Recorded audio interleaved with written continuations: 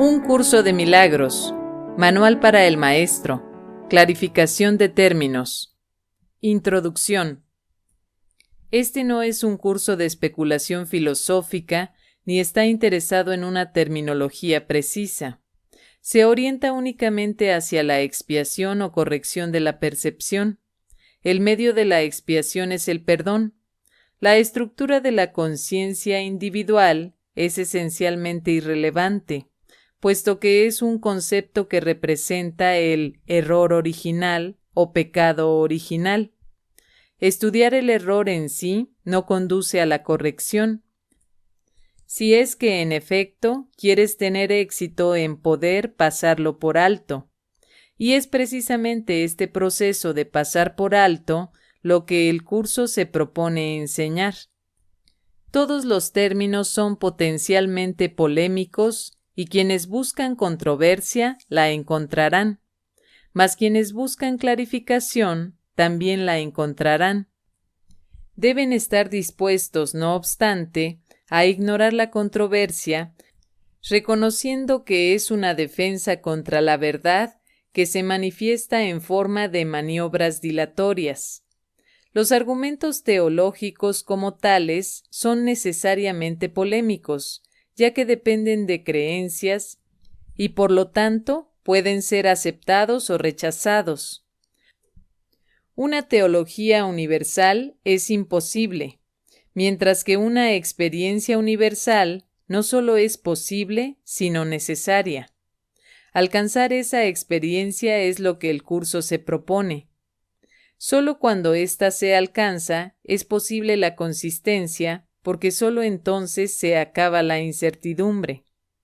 Este curso opera dentro del marco de referencia del ego, pues ahí es donde se necesita.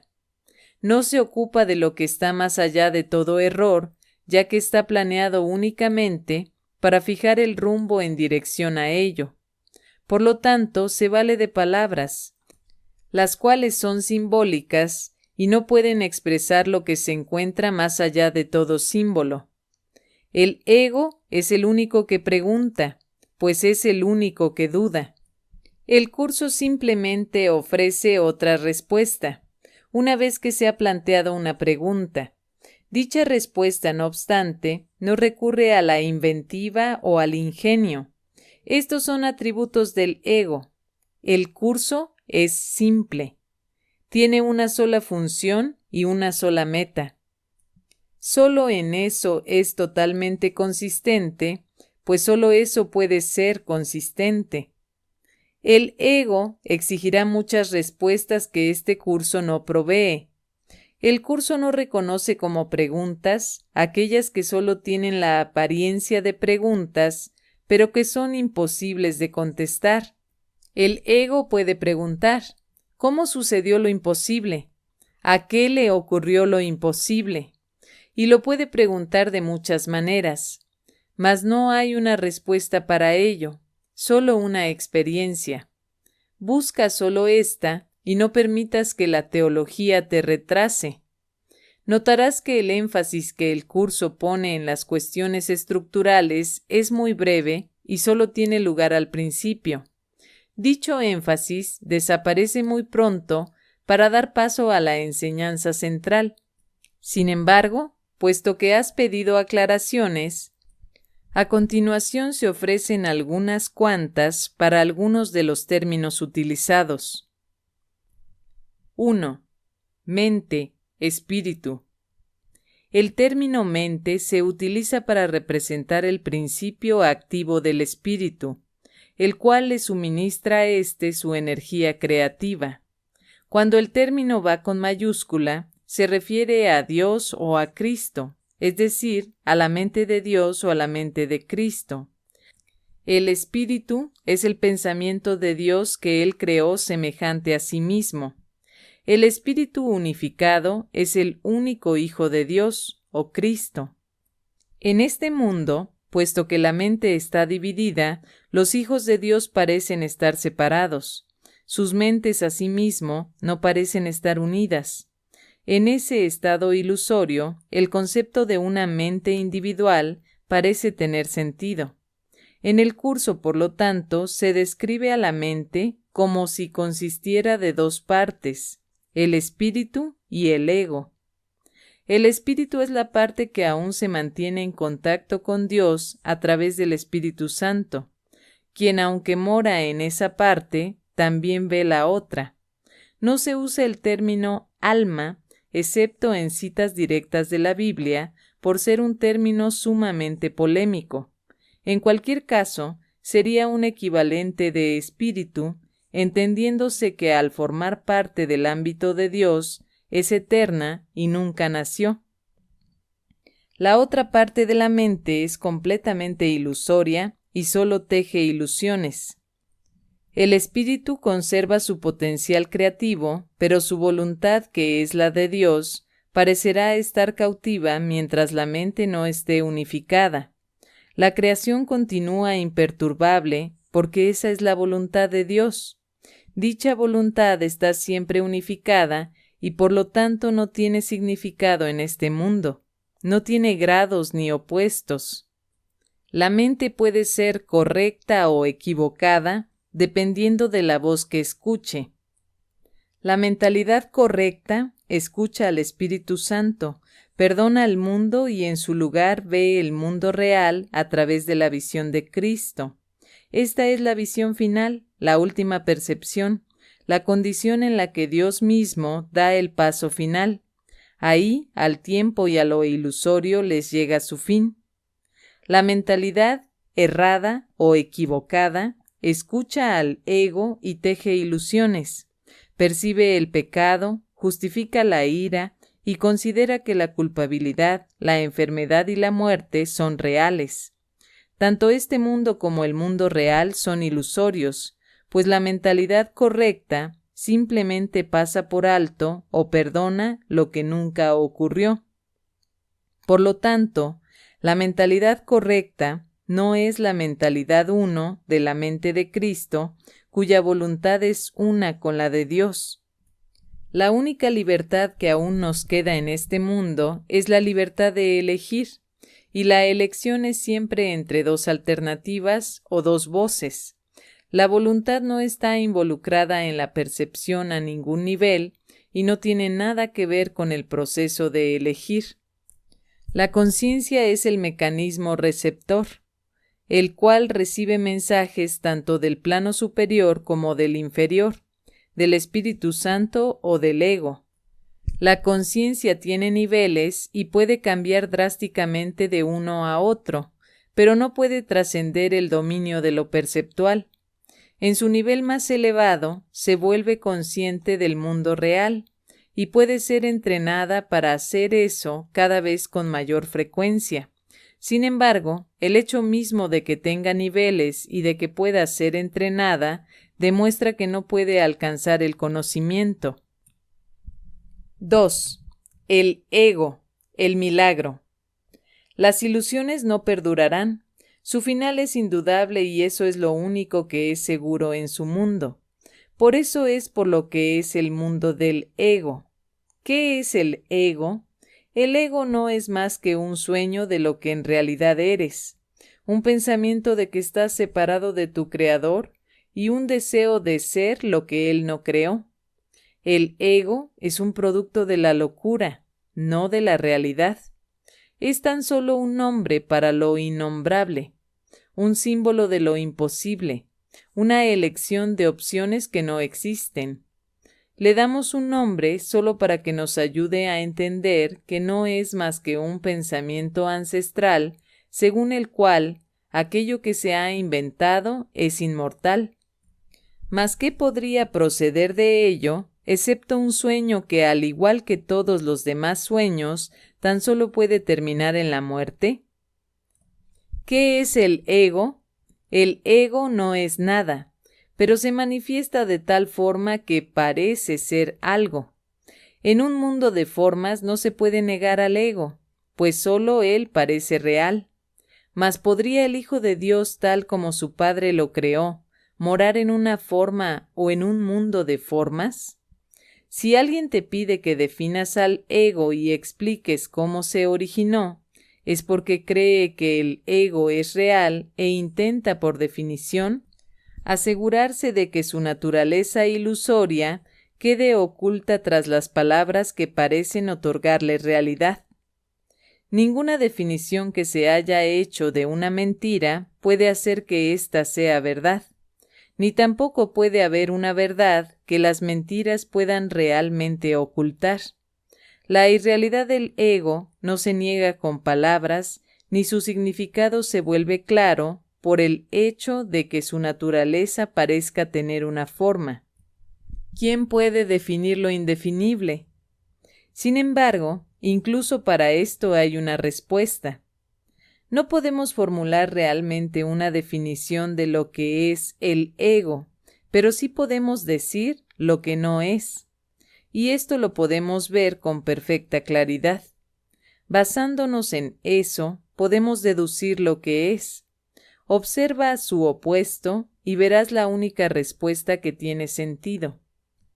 A lo opuesto al ego, desde cualquier punto de vista, origen, efectos y consecuencias, le llamamos milagro. En él encontramos todo lo que no tiene que ver con el ego en este mundo. El milagro es lo opuesto al ego y solo en él podemos observar lo que era el ego, pues en él vemos lo que aparentemente hacía y la causa y sus efectos no pueden sino seguir siendo una misma cosa. Donde antes había obscuridad, ahora vemos luz. ¿Qué es el ego? Lo que antes era la obscuridad. ¿Dónde está el ego? Donde antes estaba la obscuridad. ¿Qué es ahora y dónde puede encontrársele? No es nada y no se le puede encontrar en ninguna parte. Ahora la luz ha llegado y su opuesto se ha ido sin dejar ni rastro. Donde antes había maldad, ahora hay santidad. ¿Qué es el ego? Lo que antes era la maldad. ¿Dónde está el ego? En una pesadilla que solo parecía ser real mientras la estabas soñando. Donde antes había crucifixión, ahora está el Hijo de Dios. ¿Qué es el ego? ¿Quién tiene necesidad de preguntar? ¿Dónde está el ego? ¿Quién necesita ir en busca de ilusiones ahora que los sueños han desaparecido? ¿Qué es un milagro? Un milagro es un sueño también, pero si observas todos los aspectos de ese sueño, jamás volverás a dudar. Observa el bondadoso mundo que se extiende ante ti mientras caminas envuelto en mansedumbre. Observa a los ayudantes que te encuentras a lo largo del camino que recorres, felices ante la certeza del cielo y la garantía de paz. Y observa también por un instante lo que por fin dejaste atrás y finalmente pasaste de largo. Esto es lo que era el ego, el odio cruel, la necesidad de venganza y los gritos de dolor, el miedo a la muerte y el deseo de matar, la ilusión de no tener hermanos y el yo que parecía estar solo en el universo. El milagro corrige este terrible error con respecto a ti mismo con la misma dulzura con la que una madre amorosa adormece con su canto a su criatura. ¿No preferirías escuchar un canto así? ¿No contestaría ese canto todo lo que pensabas preguntar, haciendo incluso que la pregunta dejase de tener sentido? Tus preguntas no tienen respuesta, ya que han sido planteadas para acallar la voz de Dios, la cual nos hace a todos una sola pregunta. ¿Estás listo ya para ayudarme a salvar el mundo? Pregunta esto en vez de preguntar qué es el ego, y verás un súbito resplandor envolver al mundo que el ego fabricó. Ahora no se le niega a nadie ningún milagro. El mundo se ha salvado de todo lo que tú pensabas que era. Y lo que es, ha sido siempre absolutamente puro y jamás ha sido condenado. El milagro perdona, el ego condena. No se necesita ninguna otra definición para ninguno de ellos excepto esta. Mas ¿qué definición podría ser más cierta o estar más a tono con lo que es la salvación? Con esto el problema y la respuesta se llevan uno al lado del otro, y al estar finalmente juntos, la elección es obvia. ¿Quién elegiría el infierno de reconocer que eso es lo que está eligiendo? ¿Y quién no seguiría adelante un poco más cuando le ha sido dado comprender que el camino es corto y que el cielo es su meta? 3. El perdón, la faz de Cristo. El perdón es el medio que nos lleva a Dios y que nos permite alcanzarle, mas es algo ajeno a Él. Es imposible concebir que algo creado por Él pueda necesitar perdón. El perdón entonces es una ilusión, pero debido a su propósito, que es el del Espíritu Santo, hay algo en ella que hace que sea diferente. A diferencia de las demás ilusiones, nos aleja del error en vez de acercarnos a él. Al perdón podría considerársele una clase de ficción feliz, una manera en la que los que no saben pueden salvar la brecha entre su percepción y la verdad. No pueden pasar directamente de la percepción al conocimiento porque no creen que esa sea su voluntad. Esto hace que Dios parezca ser un enemigo en lugar de lo que realmente es, y es precisamente esta percepción de mente la que hace que no estén dispuestos a simplemente ascender y retornar a Él en paz. Y de este modo necesitan una ilusión de ayuda porque se encuentran desvalidos, un pensamiento de paz porque están en conflicto. Dios sabe lo que su Hijo necesita antes de que Él se lo pida. Dios no se ocupa en absoluto de la forma, pero al haber otorgado el contenido, su voluntad es que se comprenda, y eso basta. Las formas se adaptan a las necesidades, pero el contenido es inmutable, tan eterno como su Creador. Antes de que el recuerdo de Dios pueda retornar, es necesario ver la faz de Cristo. La razón es obvia. Para ver la faz de Cristo se requiere percepción.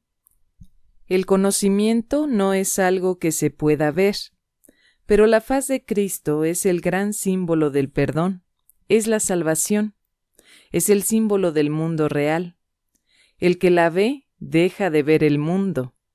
Estás tan cerca ya del umbral del cielo como es posible estar mientras aún esté afuera de la puerta.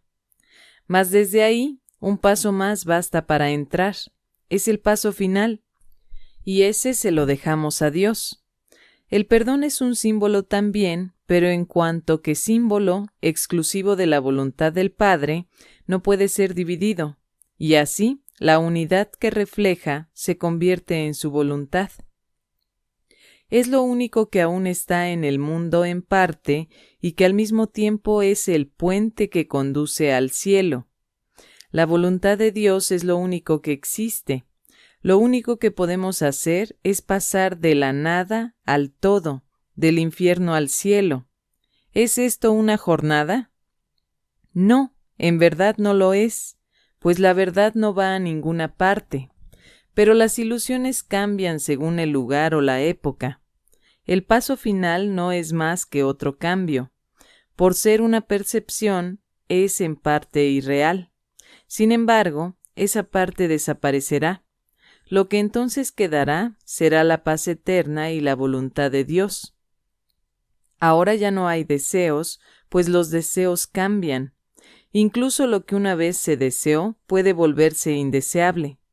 Esto es así porque el ego jamás puede estar en paz, pero la voluntad es constante por ser el don de Dios, y lo que Él da es siempre como Él mismo.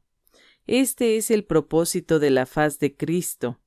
Es el regalo de Dios para la salvación de su Hijo. Contempla únicamente esto y habrás sido perdonado.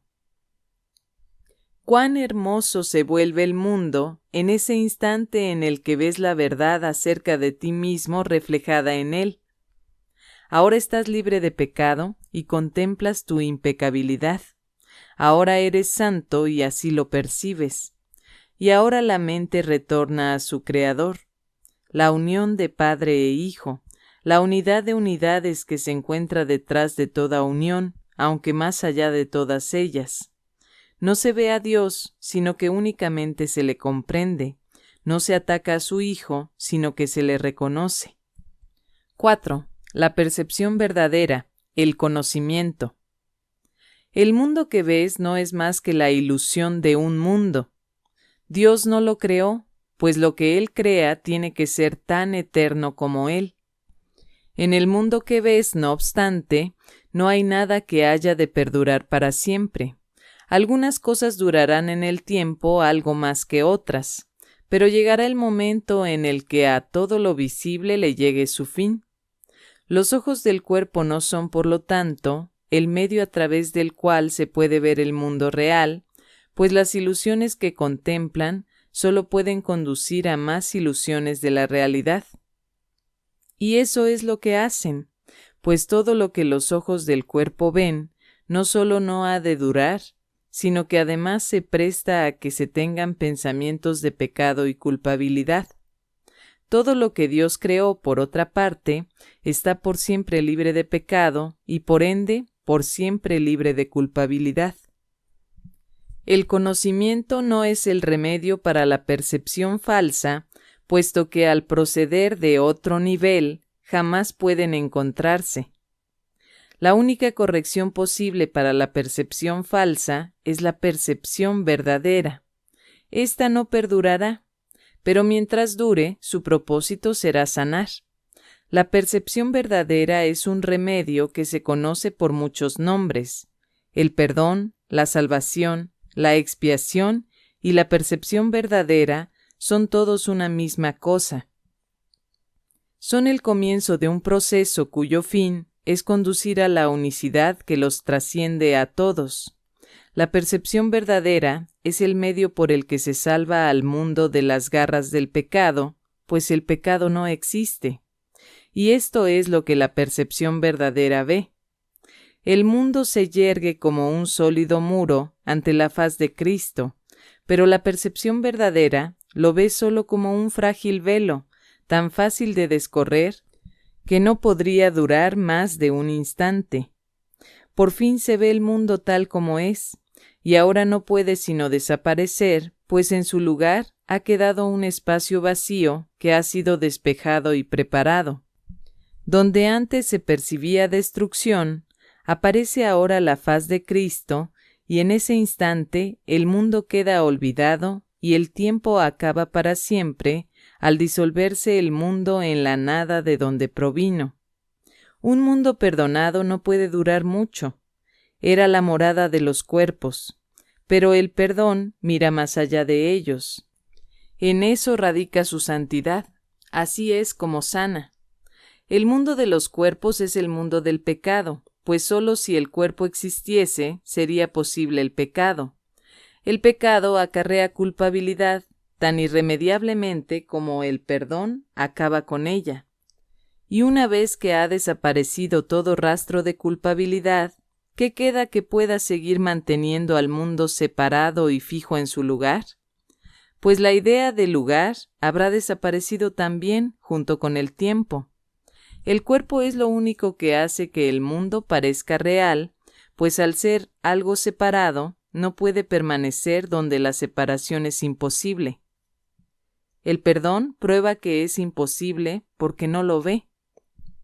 Y lo que entonces pasas por alto deja de ser comprensible para ti, tal como una vez estabas seguro de su presencia. Este es el cambio que brinda la percepción verdadera. Lo que antes se había proyectado afuera, ahora se ve adentro, y ahí el perdón deja que desaparezca.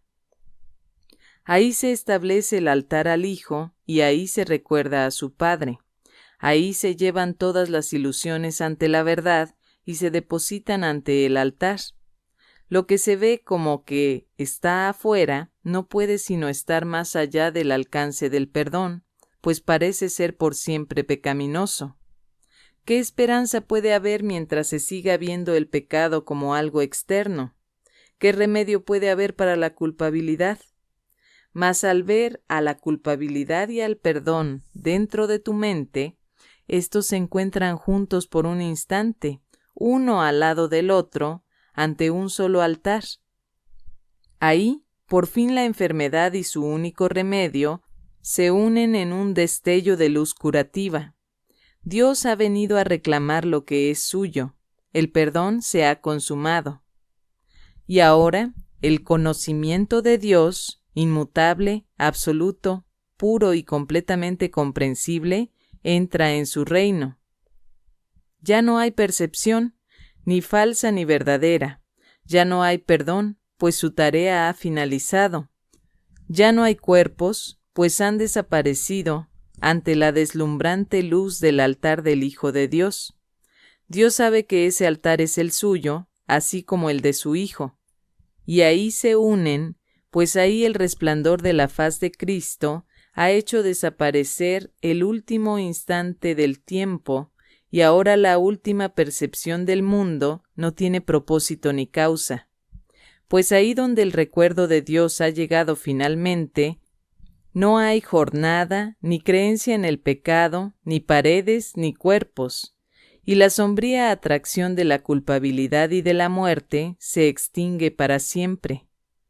Oh, hermanos míos, si tan solo supierais cuánta paz os envolverá y os mantendrá a salvo, puros y amados en la mente de Dios, ¿no haríais más que apresuraros a encontraros con Él en su altar?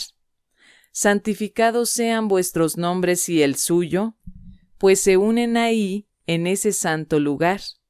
Ahí Él se inclina para elevaros hasta Él, liberándoos de las ilusiones para llevaros a la santidad, liberándoos del mundo para conduciros a la eternidad, liberándoos de todo temor y devolviéndoos al amor.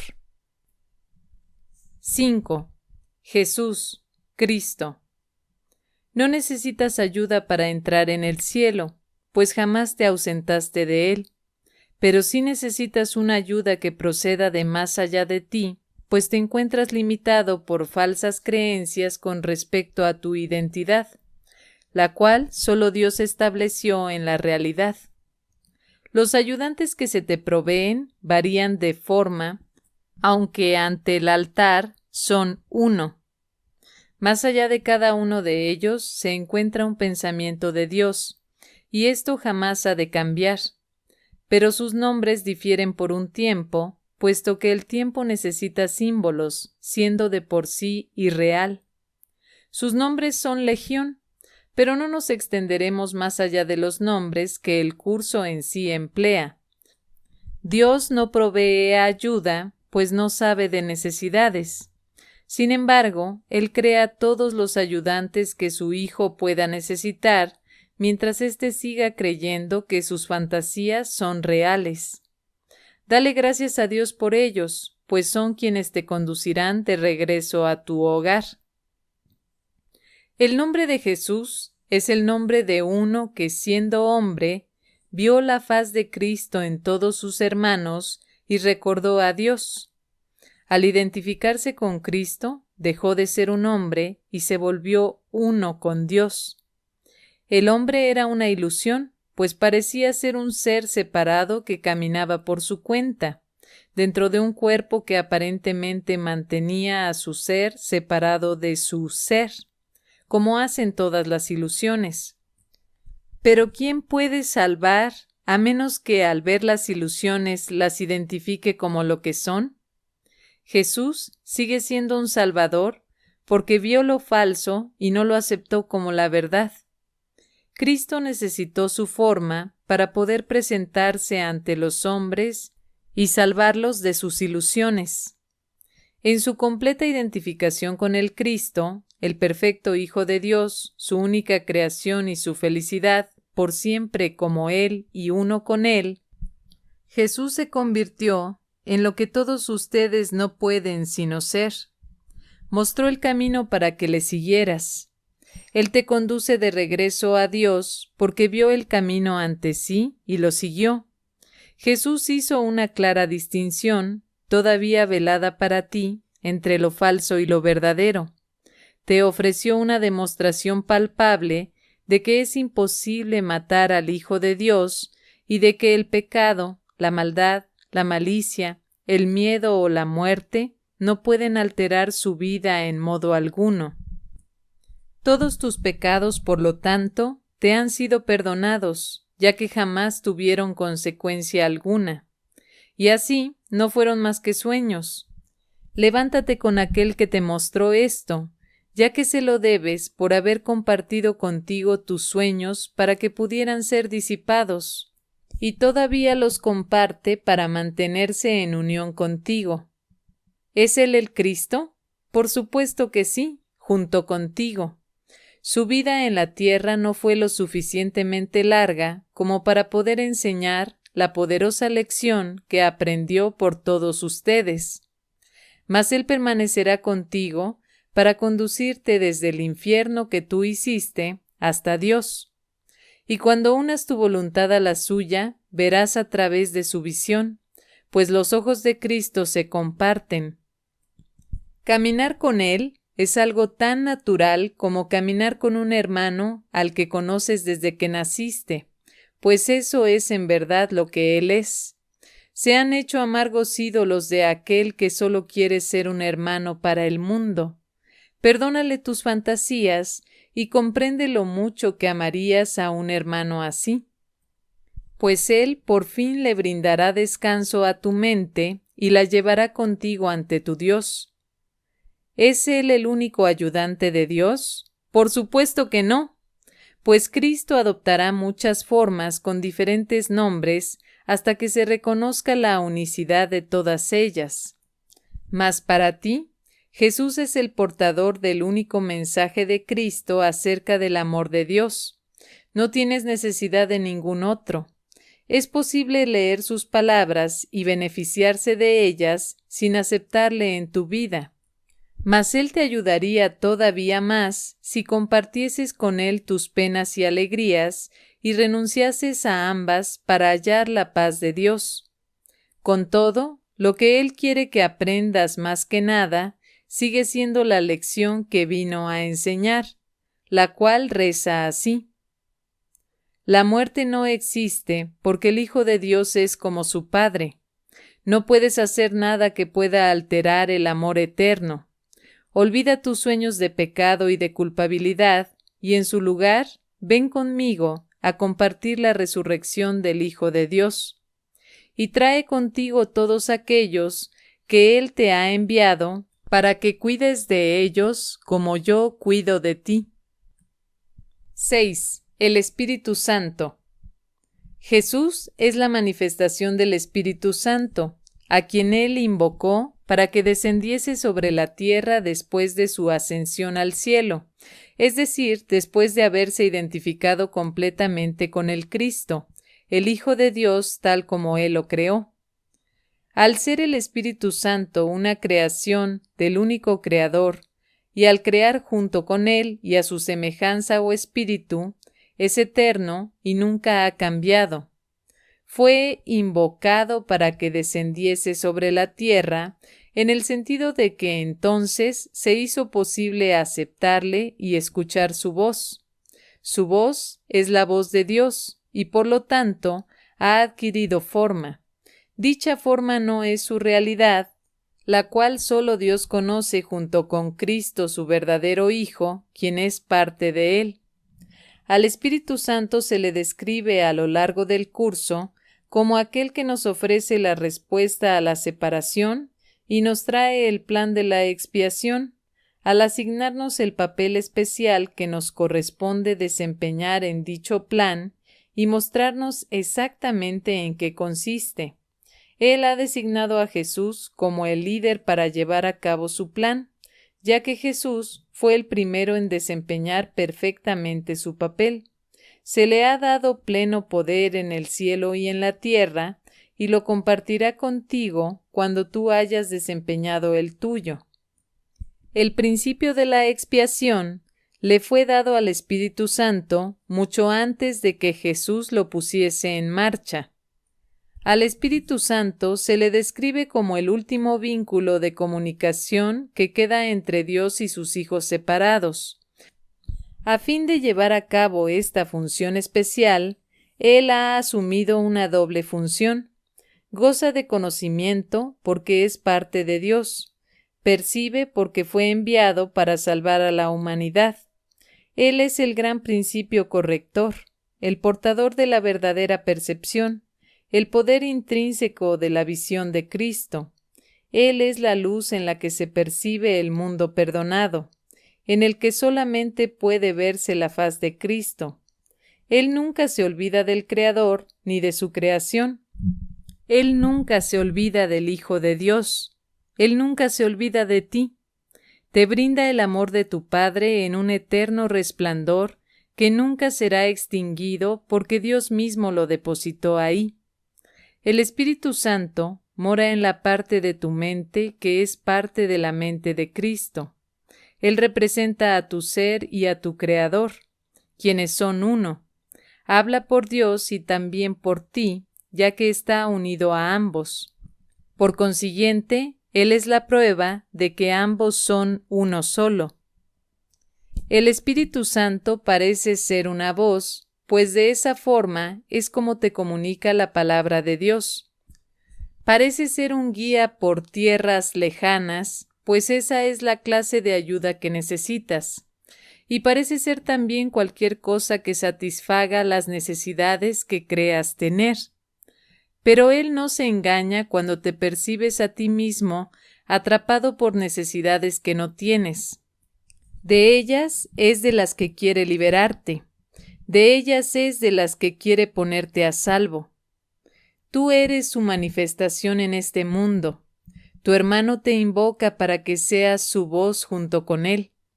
Por sí solo no puede ser el ayudante del Hijo de Dios, pues por sí solo no tiene ninguna función. Pero unido a ti es el resplandeciente Salvador del mundo, cuyo papel en la redención de éste tú has completado. Él te da las gracias a ti y a tu hermano, pues te elevaste con él cuando él empezó a salvar al mundo. Y estarás con él cuando el tiempo haya cesado y ya no quede ni rastro de los sueños de rencor en los que bailabas al compás de la exangüe música de la muerte. Pues en su lugar se oirá el himno a Dios por unos momentos más, y luego ya no se oirá más la voz, ya que no volverá a adoptar ninguna forma, sino que retornará a la eterna amorfía de Dios. Epílogo. No olvides que una vez que esta jornada ha comenzado, el final es seguro. Las dudas te asaltarán una y otra vez a lo largo del camino y luego se aplacarán solo para volver a surgir. El final, no obstante, es indudable.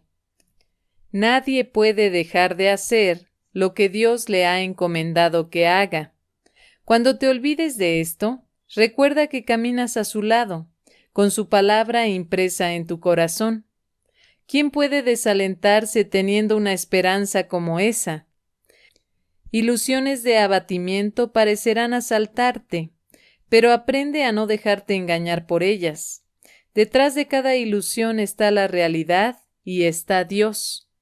¿Por qué querrías seguir esperando por esto y sustituirlo por ilusiones, cuando su amor se encuentra tan solo un instante más allá en el camino donde todas ellas acaban? El final es indudable y está garantizado por Dios. ¿Quién se detendría ante una imagen inerte cuando un paso más allá, el más santo de todos los santos, abre una puerta inmemorial que conduce más allá del mundo?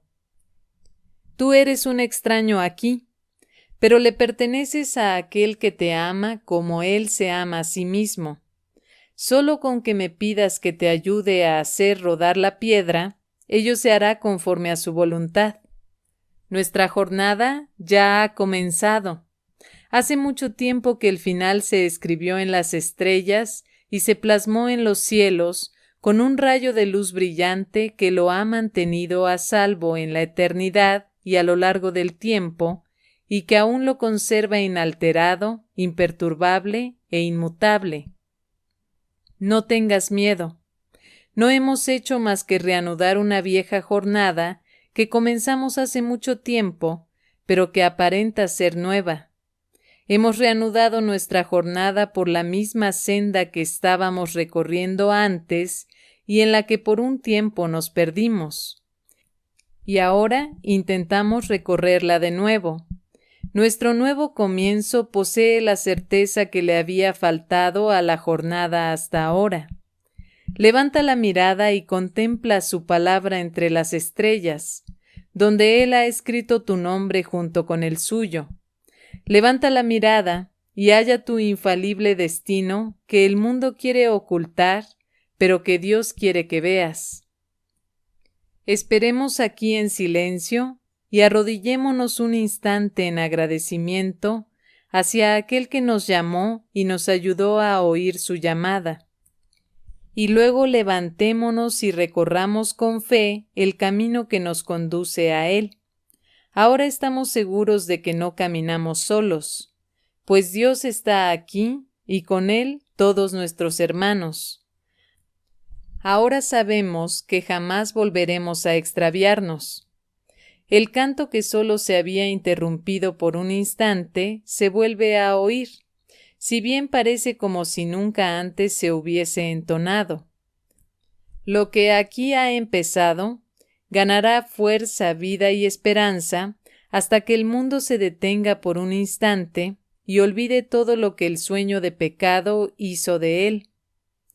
Salgamos al encuentro de ese mundo recién nacido, sabiendo que Cristo ha renacido en él y que la bendición de su renacimiento perdurará para siempre.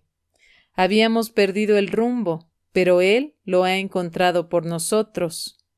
Démosle la bienvenida a aquel que regresa a nosotros para celebrar la salvación y el fin de todo lo que creíamos haber hecho.